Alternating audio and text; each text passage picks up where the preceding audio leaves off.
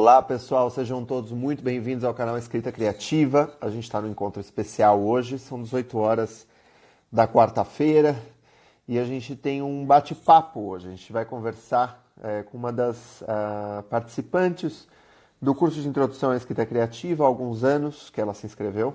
Ela é uma viajante, ela está na estrada desde 2016. A gente vai conversar com a Julie Hirata, é um encontro imperdível. E então vocês que estão aí, fiquem aí, porque vai ser uma delícia esse bate-papo. Boa noite a todos. Eu tenho 2 avisos breves para fazer. A gente está concluindo o nosso mês da escrita criativa. Queria parabenizar todos que participaram. Se você não conseguiu escrever todos os dias, não se preocupe, eu acho que de alguma maneira esse mês da escrita criativa ele tem essa função de estimular a escrita diária, estimular a escrita de recorrência. Queria agradecer a todos vocês que usaram se valeram dessa ocasião para escrever todos os dias, para se sentirem estimulados a escrever. Esse mês foi muito intenso para muitos de nós. Eu até estou gripando um pouquinho aqui, já estou melhorando, estou à base de chá. Tá frio em São Paulo, para quem não está em São Paulo, tá frio aqui, úmido, né? As chuvas assim catastróficas. Isso é um dos avisos. Então a gente chegou ao final do mês da escrita criativa. Parabéns a todos vocês que participaram dos desafios. E a gente prossegue. A ideia é que você faça de 2020 o seu ano de escrita e de publicação. E por falar nisso, gostaria de dizer que ainda estão abertas as inscrições para o curso de Introdução à Escrita Criativa. A gente está na semana das inscrições, vão ficar abertas até sexta-feira, dia 14 de fevereiro, até as 23h59. Depois disso, fecharam as inscrições, a gente não reabre as inscrições, não tem previsão de reabertura. E a gente aí parte para o que interessa de fato, que é o espaço da oficina, da formação, etc. Né? Queria dar boas-vindas a todos, a Cíntia, a Camila, que eu estou vendo por aqui. Nihas, olá, Leandro, olá. E bom, então eu vou chamar a Julie Hirata. Julie, que está viajando desde 2016, escreve, registra, tem um canal de sucesso no Instagram. Olá, Julie, deixa eu te convidar aqui, peraí, vamos ver se eu consigo. Consigo. Então é isso, vou adicionar você. Vamos lá.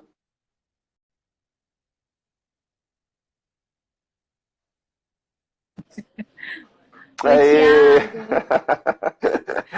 Tudo Tudo bom? bem? Tudo bem com você? Tudo ótimo. Que horas são aí? Aqui são 4 horas, estou em Quito. Ah, Eu vi que você entendi. falou que tá frio aí, né? Tá frio. E aí? Aqui tá um dia lindo de sol, mas também tá friozinho. Não tá... Agora estamos em 12 graus aqui, por aqui. Que gostoso, que Mas tá delícia. gostoso, tá Que gostoso. gostoso. Julie, obrigado por aceitar o meu convite para conversar. É um prazer falar com você, falar com você assim em vídeo, pessoalmente. A gente conversou na preparação do encontro, a gente conversou ao longo do curso, mas é a primeira vez que a gente tem uma conversa assim, dessa forma. Queria te perguntar, primeiramente, o que te levou... Primeiro, 2016, é impressionante, você está viajando há 4 anos, né? A sua rotina ou a não rotina de vida é totalmente discrepante da maioria das pessoas que se assentam, né? Que são as pessoas que vão lá e moram nas suas casas, moram nos seus lares, vão para trabalhar, fazem os mesmos percursos. Eu queria te perguntar, o que te levou a tomar essa decisão de viajar? E é isso. Bom, essa é a primeira pergunta, enfim. É uma pergunta, é uma pergunta que ao mesmo tempo é complexa e simples.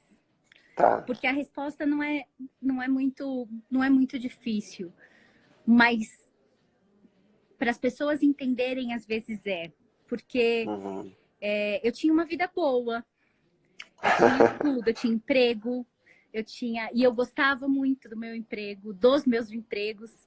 Uhum. Eu tinha uma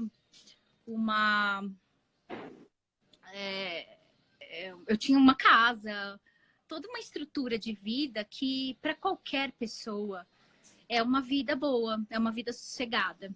Sim, você morava em São Paulo. Morava a minha última casa foi num lugar super gostoso, que é perto de um parque lindo, aí na Zona Oeste de São Paulo. Ah, que Do legal. outro lado do Rio, né? Parque Prestes. Ai, eu já até esqueci. Mas é pro lado do Butantã, que é Sim, um lugar sim. lindo, verde, uma casa com jardim, cachorro, Uhum, gato. uhum, Então eu tinha tudo, né? uhum, Mas era uma vida morna. Era uma vida que eu tinha a sensação de que um dia você dorme com 35 anos de idade e acorda com 60. Passou, não foi ruim, mas não foi interessante. Então, uhum, essa é a razão de eu ter saído. Eu queria uma vida interessante. E quando eu uhum, falo de interessante, não quer dizer que eu queria uma vida feliz. uhum, Eu quero uma vida interessante. uhum, E não importa se às vezes ela não é boa. Você uhum, também é um viajante, né? E sabe uhum, que viajar nem sempre é fácil. uhum, A minha vida é maravilhosa, eu não tô reclamando. Mas isso não quer dizer que ela é tranquila e fácil sempre. sim, sim. Tem bastante dor, inclusive, quando Uhum, quando você está viajando, principalmente do jeito que eu estou viajando, que é uhum, uma viagem. Eu falo que o turismo é feito de pontos, né? Você chega de ônibus ou de avião numa cidade e conhece aquele pontinho e depois voa uhum, para outro ponto, ou viaja uhum, de ônibus para outro ponto. Viajar de bicicleta, né? Para quem não sabe, eu estou viajando de bike. Ela é feita de linhas. E nessa uhum. linha tem muita gente. E a gente vê coisas que nem sempre a gente escolhe. Quando você está na Uhum. cidade, você escolhe, eu vou ver aquele ponto turístico. Sim, sim. Mas na estrada a gente não escolhe muito o que vai ver. E às vezes vê coisas que não são muito gostosas de ver, né? Que são tapa. Eu imagino que eu te escuto e eu penso que de como realmente de fato, né? Assim, quando você faz turismo, você vai escolher os bairros que você vai visitar. Mesmo dentro da cidade, né? Você pega um metrô, vai de um ponto ao outro, você vai pulando pontos, você não vai percorrer, vamos dizer, passo a passo, né? A trajetória que você faz, né? Você vai dando saltinhos, porque as pessoas têm questões assim com tempo. Você fala, olha, sei lá, tenho 10 dias, tenho 15 dias para visitar nessa cidade, ou às vezes até menos, 3, 5 dias. E as pessoas escolhem muito bem os lugares para onde elas vão, né? Tentam minimizar o acidente o máximo possível. O que você está falando na verdade, olha, eu estou indo para tal lugar, eu vou percorrer esse caminho e eu não sei o que eu vou encontrar. Isso pode ser bom, pode ser ruim, mas vai ser a verdade, né? A verdade do lugar, a verdade dessa situação histórica do presente e tal. E eu acho que de bicicleta, eu imagino que isso seja, né, um contato mais corpo a corpo com o mundo. Você está viajando desde 2016, você está descendo a América de bicicleta. Queria te perguntar também se você ficou entre dois caminhos ou três caminhos, como que você escolheu a América? É isso. A escolha da América, principalmente a América Latina, ela tem a ver com a minha total ignorância do nosso povo. Uhum, E cada vez que eu tinha contato com pessoas de outros países da América Latina, eu percebi o quanto nós brasileiros éramos isolados da América Latina, né? E eu vivi um tempo no Reino Unido e as pessoas me perguntavam, para além do Brasil, elas me perguntavam, e como é a América? A América do Sul? sim. existe um mito sobre a América do Sul, né? E todos os seus perigos. E eu não sabia falar quase nada. Eu conhecia um pouquinho da Argentina, conhecia ali os arredores de Buenos Aires, conhecia um pouquinho do Uruguai, mas era isso. E a escolha da América Latina vem mesmo desse carinho que eu fui aos poucos ganhando através das pessoas que eu conhecia. Então, eu fiquei com muita vontade de conhecer as Américas de ponta a ponta, por conta das pessoas que eu conheci ao longo da minha história. Eu sabia que tinha algo mais na América Latina do que o que eu escutava pela mídia, ou pelo que eu... E aí eu me deparei com um livro muito, muito cedo, que é Veias Abertas da América Latina. O Galeano. Que transformou a minha forma de ver o mundo e as pessoas. Assim, né? E aí eu percebi que é muito difícil você odiar alguém, ou você ter raiva de alguém, ou você ter rancor de alguém que você conhece a história. E essa é a minha caminhada, né? Para conhecer a história das pessoas nas Américas. Que acabou estendendo um pouquinho mais, porque eu comecei lá no Alasca e desci e tô descendo, né? Me fala o percurso que você fez até agora e o que você pretende fazer a partir de agora. Rapidinho, assim, pra gente poder visualizar. Acho que tem um lance do meu toque. Eu tenho um pouco do... quero muito fazer de ponta a ponta, né? Pra não ter aquela sensação de que eu tô perdendo alguma coisa. Então eu comecei no extremo norte do Alasca, numa cidadezinha chamada Dead Horse. É o mais ao norte que você pode chegar por uma estrada. E aí eu desci o Alasca, entrei no Canadá, Estados Unidos, cruzei pelo centro dos Estados Unidos, aí México por Barra Califórnia, cruzei todo o México, fui até a Península de Yucatán, aí toda a América Central, com exceção de El Salvador.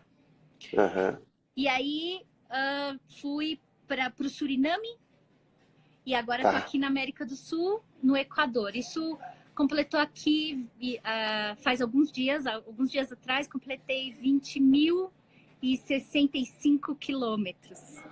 Nossa! De estrada. É impressionante, assim, é impressionante. Eu tô espantado, Júlio. E agora você vai... É uma delícia Equador, né? Eu ouvi dizer que é um país incrível. Eu nunca fui, mas tenho muita vontade de conhecer. O Equador é maravilhoso. E o Centro Histórico de Quito é o primeiro centro, é o primeiro centro histórico tombado pela Unesco no planeta. E nós, latino-americanos, não sabemos muito disso, né? Não. E tem muita história por todos os cantos da cidade. É maravilhoso, é maravilhoso. E deixa eu te perguntar uma coisa. A gente falou do Veias Abertas da América Latina, do Eduardo Galeano, que é um autor uruguaio, né? O Galeano é uruguaio, se eu não me engano, e ele faleceu há alguns anos. Ele tem vários livros. Ele era, inclusive, um tremendo de um orador. Ele fala seus poemas assim, falava lindamente seus poemas. Os vídeos estão à disposição.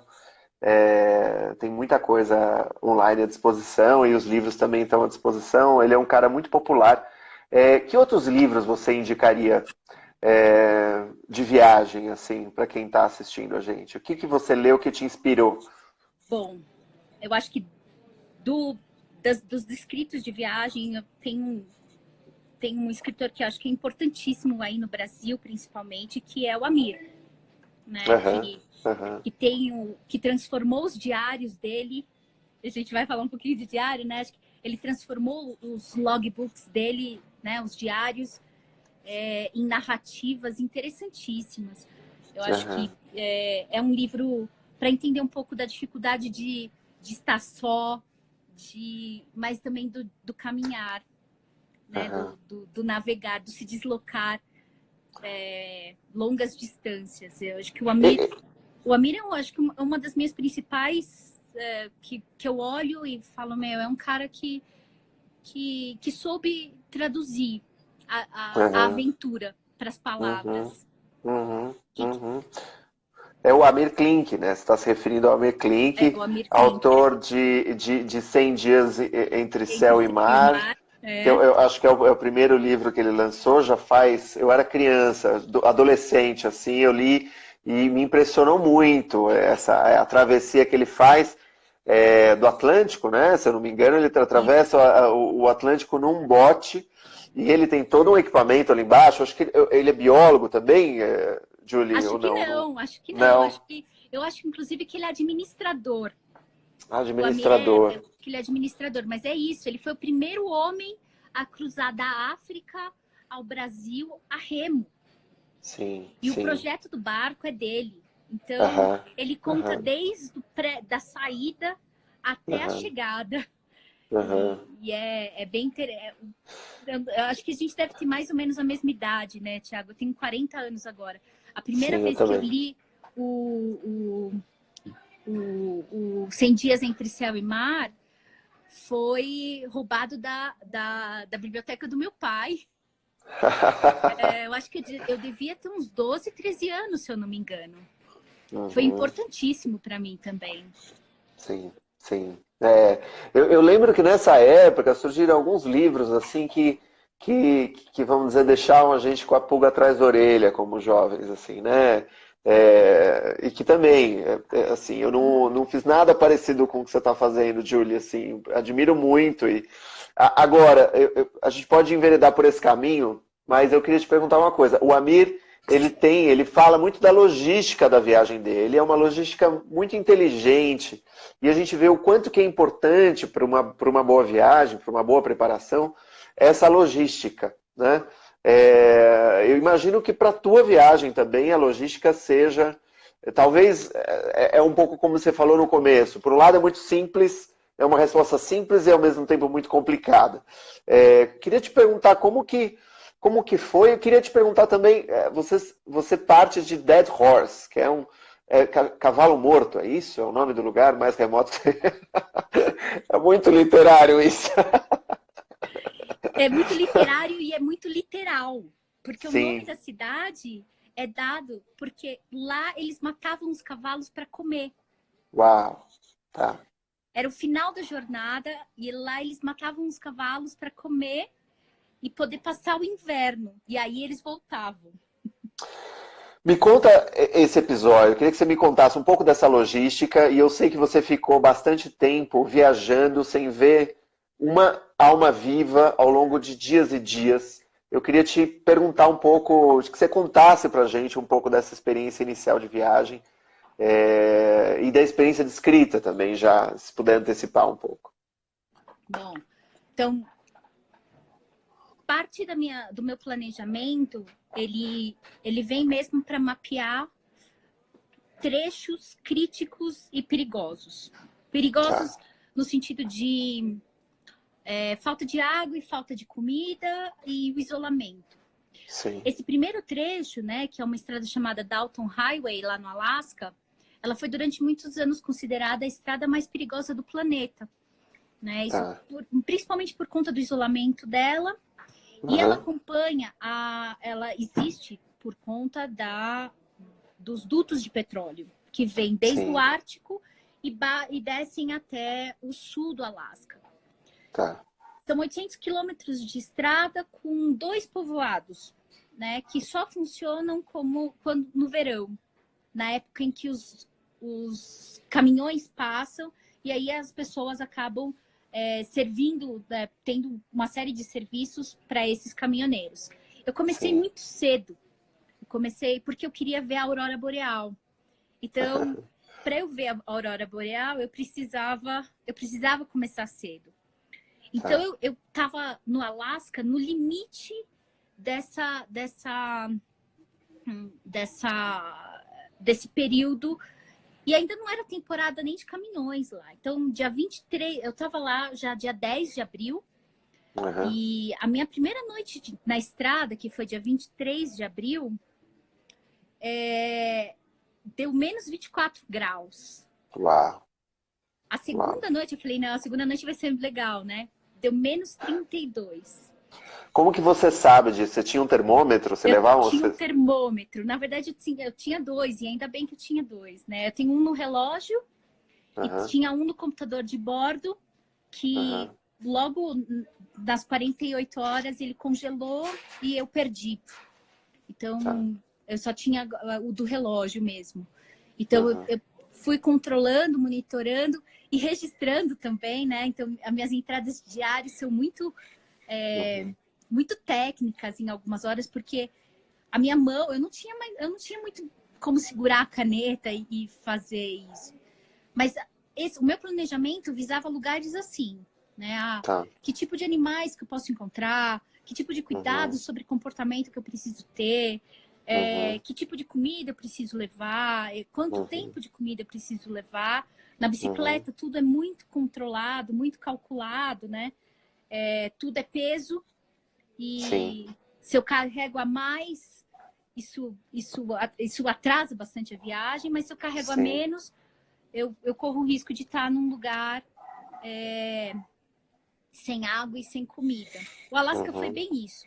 O tá, Alasca foi bem nesse sentido, foi bem esse cálculo para não ter nem a mais nem a menos, porque eu sabia que ficar num lugar onde eu fiquei, você pode ficar dias sem ver uma pessoa para pedir ajuda, podia ser fatal, né?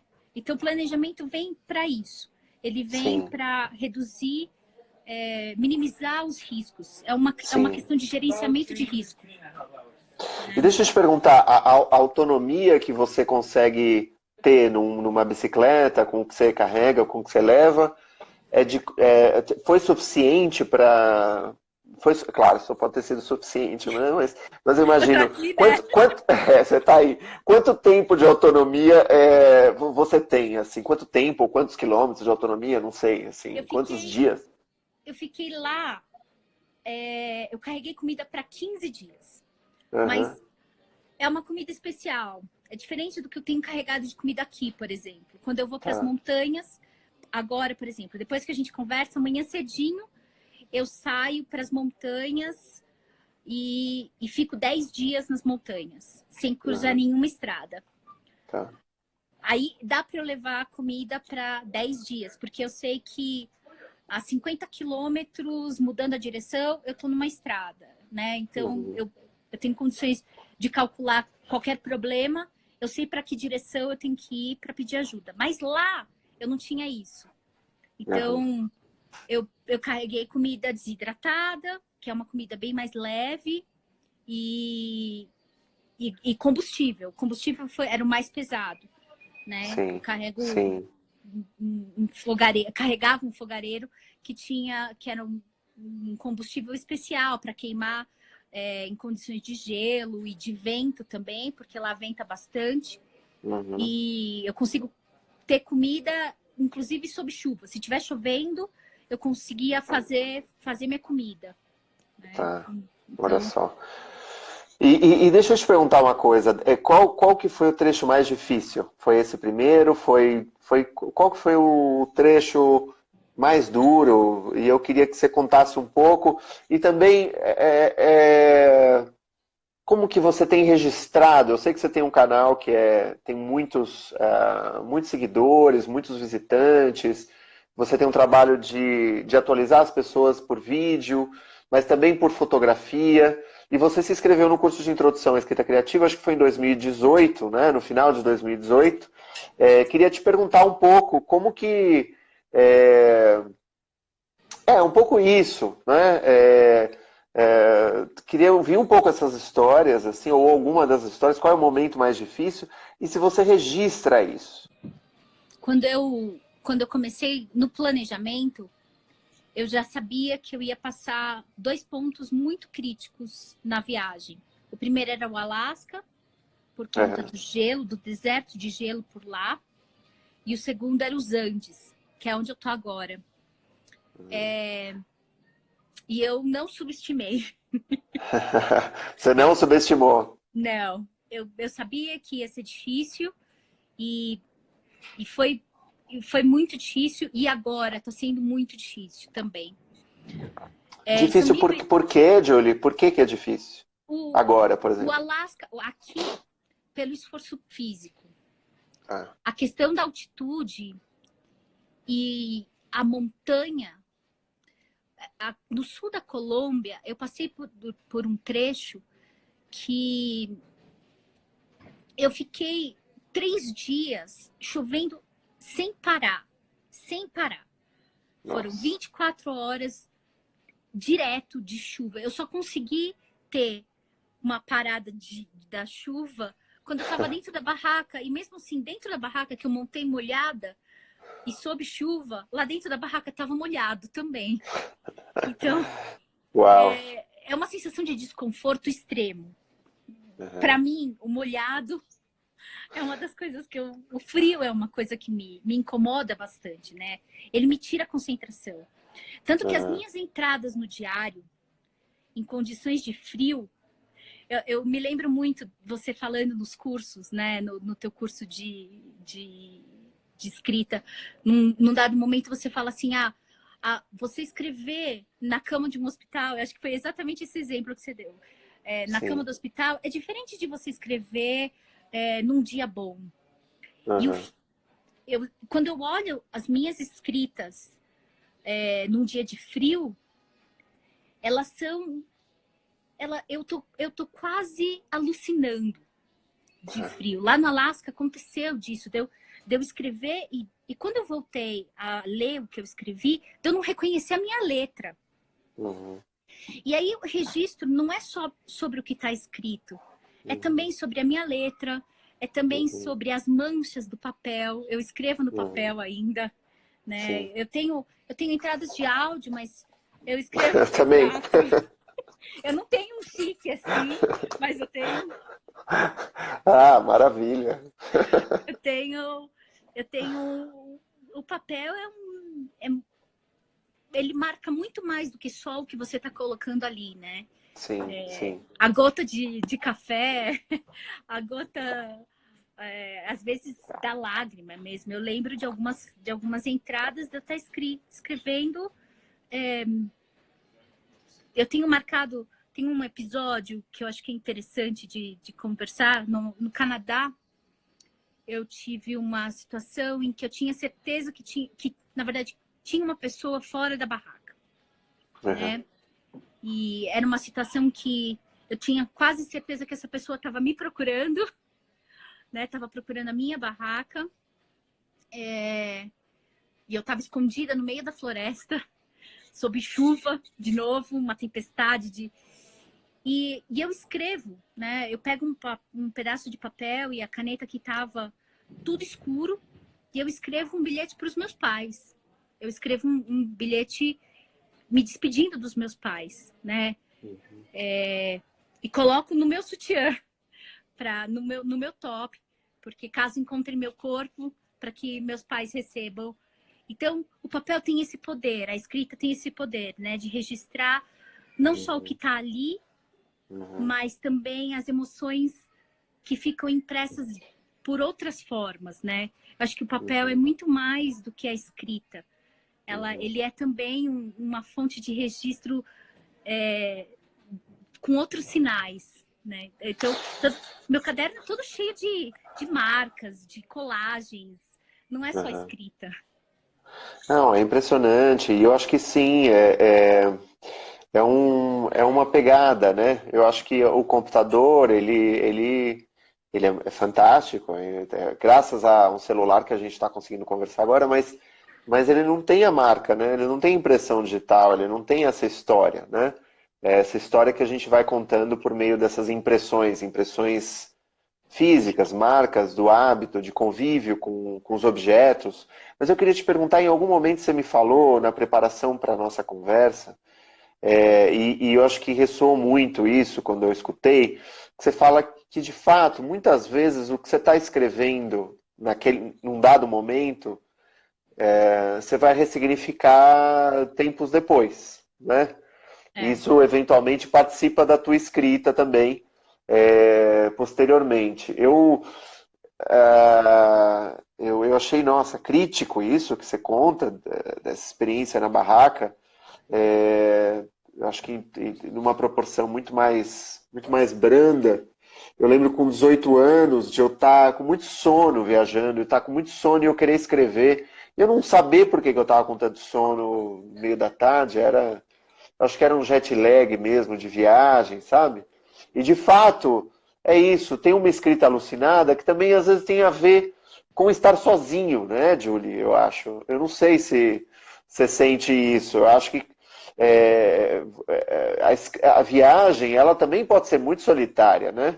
É, queria que queria que você falasse um pouco disso, um pouco dessa coisa da latência, né? Do processamento do vivido, porque é muita coisa, é muito mais difícil de nomear, né? Certas coisas quando a gente está convivendo com o estrangeiro ou no estrangeiro, né? E com paisagens que às vezes são indescritíveis mesmo, cotidianamente.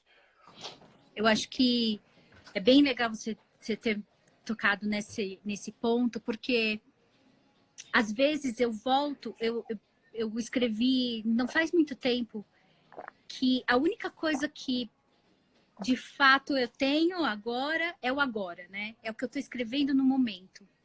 Porque o que eu escrevo no passado, né? Uma das coisas que mais mudam na minha viagem é o que passou.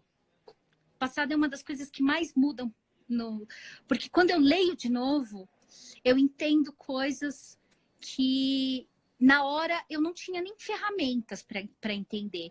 E a escrita é essa conexão física entre a sensação entre o sentir, né, e o viver. Porque são dois universos. O universo que está fora, e aí você registra, ele só vai fazer sentido dentro de mim, no meu caso, né? Eu não posso falar por todo mundo, mas ele só faz sentido dentro de mim depois de um tempo. Eu sou muito lenta para esse processar. E eu acho que quanto mais complexo é o pensamento, quanto mais complexo é o viver, mais tempo ele demora para ser elaborado. E a escrita tem um papel fundamental para me ajudar a retornar a essas vivências. E elas estão todo o tempo mudando. Conforme eu vou vivendo, né, novas experiências, aquelas que estão aqui no papel, elas vão mudando e vão ganhando outro significado. Então, é muito legal você comentar disso, porque as entradas do Alasca, por exemplo, né, em que são alucinadas, elas só ganharam sentido mesmo, né? Eu cheguei a pensar em rasgar as páginas do caderno, porque elas me pareciam um pouco deslocadas mesmo. Eu falei, se alguém ler isso, vai pensar que eu tô louca, né? Que eu não tô bem. E aí eu cheguei a pensar em arrancar as páginas. E meses depois, né? Então eu saí do Alasca, entrei no Canadá. Quando eu tô no norte dos Estados Unidos, entrando no Yellowstone, já no Wyoming, que volta a nevar, eu volto a sentir neve de novo, que as entradas lá do Alasca começaram a fazer sentido, né? Então, o Alasca foi o melhor início para mim. Mas eu só pude perceber isso também com a ajuda do meu diário, que é um companheiro. É um companheiro. Tanto que às vezes eu tô comendo e tô escrevendo, né? É aquela companhia à mesa que a gente tem quando tá com alguém. Olha só, você contando, e me ocorre que os haikais, historicamente, os poemas japoneses, eles são divididos em estações do ano, né? Você tem haikais de verão, haikais de inverno. E uma das participantes do curso de Introdução à Escrita Criativa, eu conheci em Berlim. E ela fala que é totalmente diferente a escrita dela no frio em relação ao calor. E eu acho interessantíssimo isso que você está falando, porque de fato o que só vai fazer sentido no frio, né? E o que muitas vezes só vai fazer sentido se você vai para determinado lugar. A gente teve na China, né, algumas semanas atrás eu fiz um encontro chamado Escrita e Viagem, né, aqui no canal. E acho que era esse o nome. E quando eu fui para a China, eu falei, agora eu entendo uma pá de coisa que a gente ouve falar da China o tempo todo, né? E imagino que... Deixa eu te perguntar, como é que é a fisionomia da América para você hoje? A América não tem cara, para mim. Hoje a América não tem cara, mas a América tem um jeito de pensar. Uhum. Então, eu voltei a fechar os olhos para o que eu vejo e abrir mais os ouvidos para o que eu ouço. Uhum. Eu acho que o que a nossa tradição oral, né, a nossa transmissão nunca foi escrita, ou seja, nunca foi visual, né? Os povos indígenas têm uma tradição oral fortíssima. E eu demorei para entender que a América, ela não é física, mas ela é auditiva. Então, eu estou muito mais atenta ao que eu ouço do que ao que eu vejo. Porque a paisagem é, na maior parte das vezes, manipulada. E ela engana muito, porque quando os europeus chegaram aqui, né? Eu tenho aprendido a chamá-los de invasores. Quando os invasores chegaram, foi tudo trabalhado para essa maquiagem visual.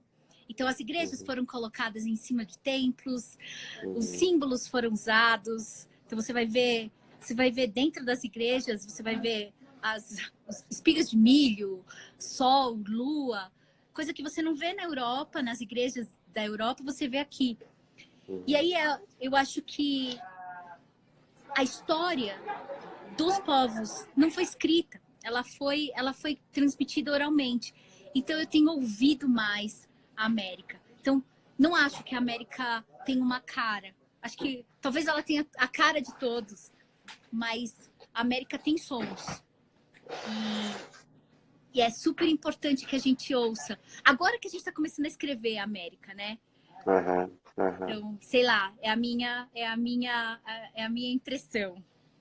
E deixa eu te perguntar, esses sons da América, achei lindo o que você falou e acho ressoa muito com o que eu sei. Eu sei muito pouco também, mas enfim. Eu queria te perguntar se você pretende publicar, se você tem se você está no projeto de transformar esses diários numa obra, o que você, ou se você está deixando, esses sons dá para escrever e dá para virar obra? O que você acha? Ai, Tiago, você conhece um pouco da minha história com a escrita, né? Acho que quando eu decidi fazer o seu curso de escrita criativa, foi um momento que eu falei, não, eu preciso organizar de uma maneira melhor isso, e eu preciso de ajuda. E o legal do teu curso foi isso, porque de alguma forma você consegue fazer o online fazer com que a gente fique um pouco mais próximo, né? E eu acabei compartilhando com você um pouquinho dessa minha história turbulenta com a escrita, porque é super turbulenta. Para mim, é um processo difícil essa transcrição do que para a escrita, né? Do que eu vivo para a escrita. E até o diário é difícil, né? Para mim, às vezes eu estou reescrevendo o diário ou relendo o diário. Comecei a escrever o livro. Uhum. O primeiro que vai sair é um livro de contos, é um livro de, né, que é o Cartas da Estrada. E a tentativa toda é essa, é de colocar essas sutilezas orais, sonoras, na escrita. Eu acho que dá. Eu só não sei se eu estou preparada ainda para isso. Mas, como você mesmo diz, né? Precisa sair desse degrau do medo, né? E ser um pouquinho mais arriscado mesmo. Eu acho que... E tem tudo a ver com a minha viagem, né? Eu não sairia do lugar se eu sentisse medo. Se eu desse ouvidos para o medo, né? E o meu medo da escrita é essa, porque às vezes eu estou escrevendo e eu choro. É muito emocional, porque eu ouço, eu sinto os cheiros, eu relembro das coisas e está muito vivo. E eu espero que sim, eu espero que seja possível de transcrever assim, algumas dessas sensações. Eu acho que é um pouco o que a Astrid está falando aqui no nosso comentário, de que a gente nunca está totalmente preparado. Olá, Astrid, está acompanhando a gente. E o pessoal todos, um grande abraço a vocês. A gente nunca está, realmente, a experiência, ela vai colocando os desafios formais que a gente deve, de alguma forma, equacionar, né? Mas esse empenho, eu vejo um paralelo muito grande entre o empenho de mover o aro da bicicleta, mover as rodas da bicicleta, e elaborando o processo, escrever. O Benjamin falava que a narrativa, ela é uma arte artesanal, né? Ela é um artesanato, né? E ela é física, né? A narrativa, ela é física, ela se transmite, né? Ou seja, tudo isso que a gente está falando é muito interessante, porque...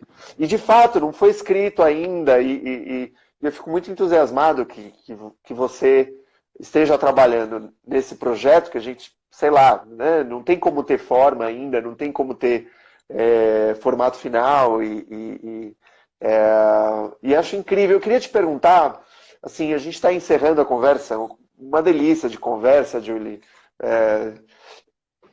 O que você, se você encontrasse aí no caminho uma jovem ciclista de 30 anos que está começando e que fala, putz, eu quero fazer uma coisa muito parecida com o que você está fazendo, quero viajar, quero escrever, o que você recomendaria para ela, assim, de saída?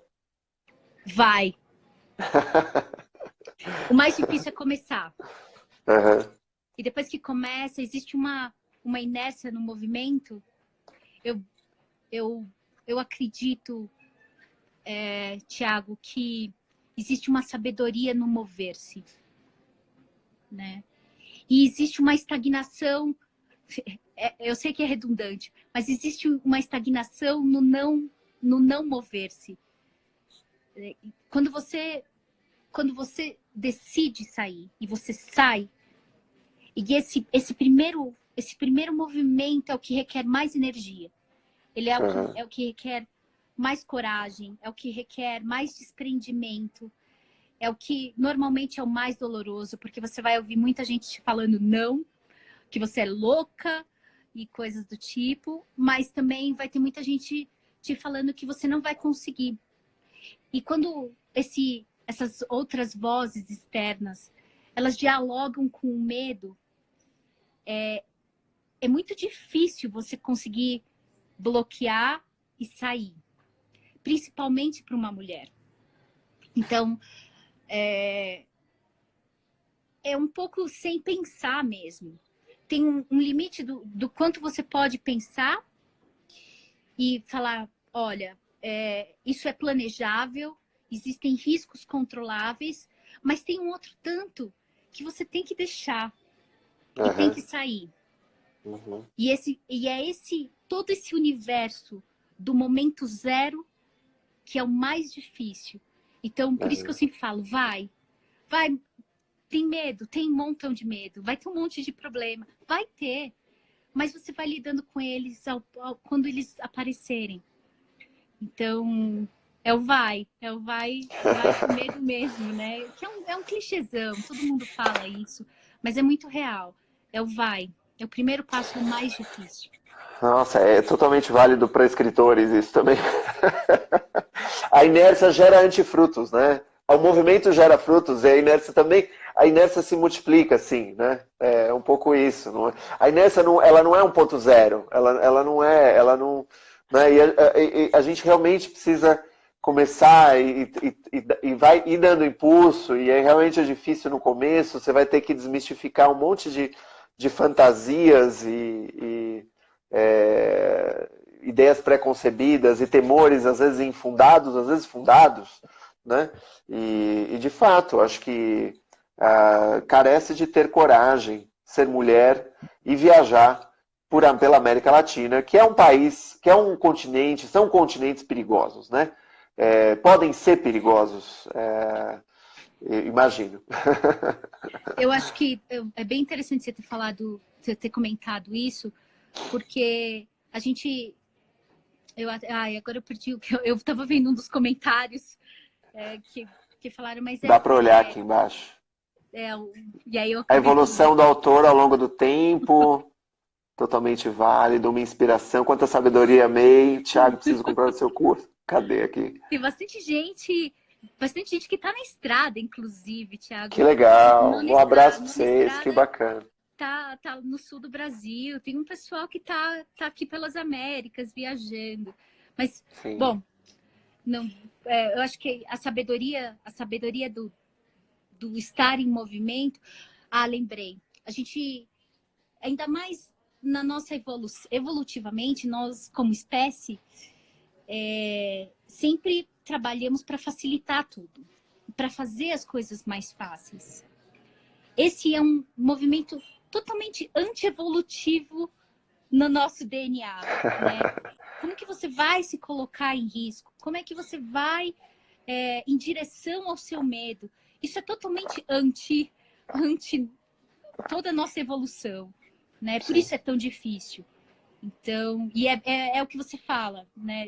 Eu acho que você repete isso bastante vezes ao longo de formas diferentes, mas eu acho muito legal o jeito como você coloca, dessa coisa da dificuldade do começar. E faz muito sentido para viagem, né? Vice-versa. Faz muito sentido para viagem, mas especificamente para o viajar só, onde você não tem ninguém para compartilhar. É você com você mesmo. E você não tem ninguém para compartilhar os sabores e os dissabores, né? Então, tudo é sua responsabilidade, tudo é sua decisão. Então, a gente não está muito acostumado a isso. A gente sempre tem alguém para colocar a culpa. E viajando solo, não. A decisão de ter entrado num beco que você não está se sentindo bem é sua, né? Então, não tem ninguém para você ficar bravo com. É você. É você com você mesmo. Julie, muito, muito, muito, muito obrigado por essa conversa. Adorei. Eu achei que, nossa, dá para ficar muito mais, né? Tem muito... Cada coisa que a gente abordou dava para desenvolver muito. E quero ver teu livro. Fico muito curioso. Queria mandar um abraço para vocês viajantes. Você sabe, uma vez eu estava na fronteira de Mianmar com a Tailândia.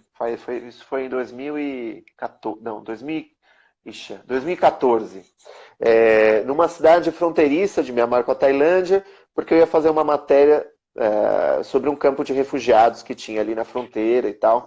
E entrei num guest house na época. Ali eles chamam de guest houses, que são pousadas mais simples, assim, mais acessíveis. E foram, assim, nessa minha viagem eu tive poucas oportunidades de sair da rota totalmente turística, né, do país. Eu fui para Bangkok, Chiang Mai e tal, e nessa cidade não tinha Mai La, o campo de Mai La, era uma cidade que não tinha nada, né? Assim, não tinha nada. Era uma cidade de fronteira, assim. Até, sei lá, essa coisa meio... cidade de fronteira, né? E no guest house chegou um casal de ciclistas que estava vindo da Alemanha, de bicicleta. Eles cruzaram a China, eles cruzaram o Oriente Médio e tal, e estavam lá e chegaram naquele dia. E deu, sei lá, 1, 2 horas, chegou outro casal de bicicleta, dessa vez com uma criança de 3 anos, que também estava viajando, eles fizeram um outro caminho, um pouco mais cuidadoso por conta da criança de 3 anos, né? Que não tem tanta paciência para ficar tantas horas sentado quanto os adultos. E foram amizades de estrada das mais impressionantes, das mais interessantes que eu tive, e que eu não encontrei em Bangkok, que é uma grande cidade contemporânea, cosmopolita. Então, muitas vezes a gente vai ter que sair, né, desse, vamos dizer, do itinerário, né? Do itinerário conhecido, do itinerário familiar. Por um lado, também é a nossa responsabilidade entrar no beco, né? E eu acho muito bacana que é uma comunidade também de... Você deve encontrar viajantes a todo momento, né? Não a todo momento. Eu fiz uma rota meio zoada, assim. Ninguém gostava muito da rota que eu tô fazendo. Mas agora aqui na América do Sul, quase não tem jeito de você me encontrar. Tem muito cicloviajante. E é um bicho estranho. Cicloviajante é um bicho interessante. Porque você se reconhece. A gente tá sempre fedido, a gente tá sempre sujo. A gente tá... Meu, é um bicho interessante de conhecer, viu? O ciclo... Que Por aqui eu tenho barato. encontrado muita gente, muita. Só esse pedacinho de Colômbia e Equador, eu já encontrei muito mais gente do que encontrei no resto das Américas todas. Eu não tô querendo terminar a conversa. Julie, como é que a gente faz? Como é que a gente faz para acompanhar a tua viagem? Acessa o Julie Hirata, Julie_Hirata, aqui no Instagram. Legal, É perfeito. a minha rede social central, mas tem YouTube, tem Facebook, tem Twitter, tem um Legal. monte de lugar, mas de verdade o Instagram tem sido para mim a principal, tem centralizado todas as informações de onde eu vou estar, para onde eu vou. Em março eu tô aí no Brasil. Aê, sério? O quê? Qual cidade, qual país, qual estado que você vai estar? Eu vou estar... Bom, o primeiro evento que eu participo é o Encontro Brasileiro de Mulheres Viajantes, Que no legal. dia 7 e 8. E aí depois eu vou estar dando uma série de palestras, algumas aí em São Paulo, outras no Sul. Eu devo ir para Santa Catarina, depois Paraná, e depois eu subo para o Maranhão. Que Eu legal. devo dar 2 palestras lá no Maranhão, lá em São Luís. Você vai deixar a bicicleta no Equador e vai fazer essas viagens de avião. Eu espero deixar minha bicicleta em Lima. Vamos ver se eu Em consigo Lima. chegar até lá. Ah, tá bom, tá bom. E Não sei você se- vai... E quando que é a sua próxima palestra, só pra gente saber? A primeira palestra aí no Brasil é dia 7. Mas quem estiver Certo? em Lima, dia 29, tem uma palestra minha com o Nômade Martim, que é um outro cicloviajante que está fazendo o sentido contrário. Então a gente vai se encontrar lá. Que legal. Ele vai fazer o que eu fiz para o norte e eu vou fazer o que ele fez para o sul. Ah, que ótimo. Vai ser um encontro bem legal. E no Brasil, dia 7, em que cidade você vai falar? São Paulo. O Encontro São Paulo. Brasileiro de Mulheres Viajantes acontece em São Paulo, ali no Santo Agostinho, Tá, legal. Vergueiro, né? Aham. E aí devo ficar... As próximas palestras acontecem aí em São Paulo mesmo. E aí eu vou divulgar toda a agenda logo, quando tiver tudo confirmado, no Instagram. Eu devo fazer um destaque com a agenda de São Paulo para ver o pessoal e conversar e trocar ideias. E é isso. Legal, maravilha. Bom, talvez a gente se encontre então, vamos ver se a gente consegue combinar. Julie, mais uma vez, muito obrigado. Queria avisar a todos vocês que o curso de Introdução à Escrita Criativa está com inscrições abertas até sexta-feira, às 23h59 da sexta-feira. E depois não tem como se inscrever, as inscrições se encerram mesmo, de verdade. E aí, E a gente fala, diga. Como tem um montão de cicloviajeiro por aí, eu queria super recomendar o curso. Mas não só... você está comentando agora, né? As inscrições encerram agora. Mas acho que é muito importante falar para quem tem uma vida mais nômade que o curso é vitalício. Você pode... Ainda é vitalício, você pode fazer de qualquer lugar do mundo, quantas vezes você quiser, é isso. Tem gente que inclusive o conteúdo do curso cresceu ao longo dos anos, né? Cresceu, então, quem se inscreveu em 2015, vamos dizer que tem o dobro do curso que tinha em 2015, enfim, né? Hoje o curso dobrou de tamanho, assim, sabe? Porque a gente foi sentindo falta de material, então ele está um curso completo agora. Mas obrigado, Julie, que legal. Obrigado pela tua indicação. Esse é um item super importante para quem está na estrada. Eu acho que ter acesso é um material riquíssimo. A aula de contos e crônicas, eu já assisti umas 3, 4 vezes, pelo menos. Que bacana, que bacana. A Gra Licoro está perguntando como se escreve. O link para inscrição da página de vendas está no perfil do Escrita Criativa, desse canal, aqui no Instagram. Para você, lá tem informações, tem vídeos, tem testemunhos de participantes. Então vai lá, dá uma olhada, se inteira, qualquer coisa escreve para o nosso e-mail, que é contato@escritacriativa.net.br, e que a gente vai ter o maior prazer de te ajudar, de resolver a sua dúvida, a sua questão. Me perguntar, quero fazer tal coisa, é para isso o curso? Eu quero fazer um livro técnico, é para isso o curso? Eu quero fazer um livro de poesia. Aí eu vou falar, não, poesia não, porque eu não sou poeta, eu sou prosador.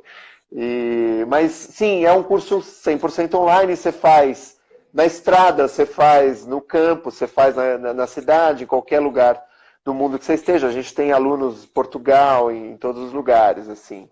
E isso eu acho que é realmente assim, é legal porque você vê vários sotaques, né, dentro do espaço do curso. Tem muitos sotaques, tem muitas abordagens, isso eu acho que é muito, muito bonito. É uma interação riquíssima. Foi um investimento, de verdade. Para mim foi um investimento que valeu muito a pena. Que legal, legal. Obrigadão, Julie, que bom. Bom, esse é o primeiro de muitos papos, né? Quer dizer, é o N de muitos outros papos. A gente já começou essa conversa Thiago, vamos seguir. Eu adoro e adorei conversar com você. Ah, muito bom, muito bom. Obrigado, Julie. Obrigado a todos que estão presentes, que acompanharam essa conversa. Foi uma delícia. E boa noite, boa tarde para você. Boa noite para vocês aí também. Um beijo.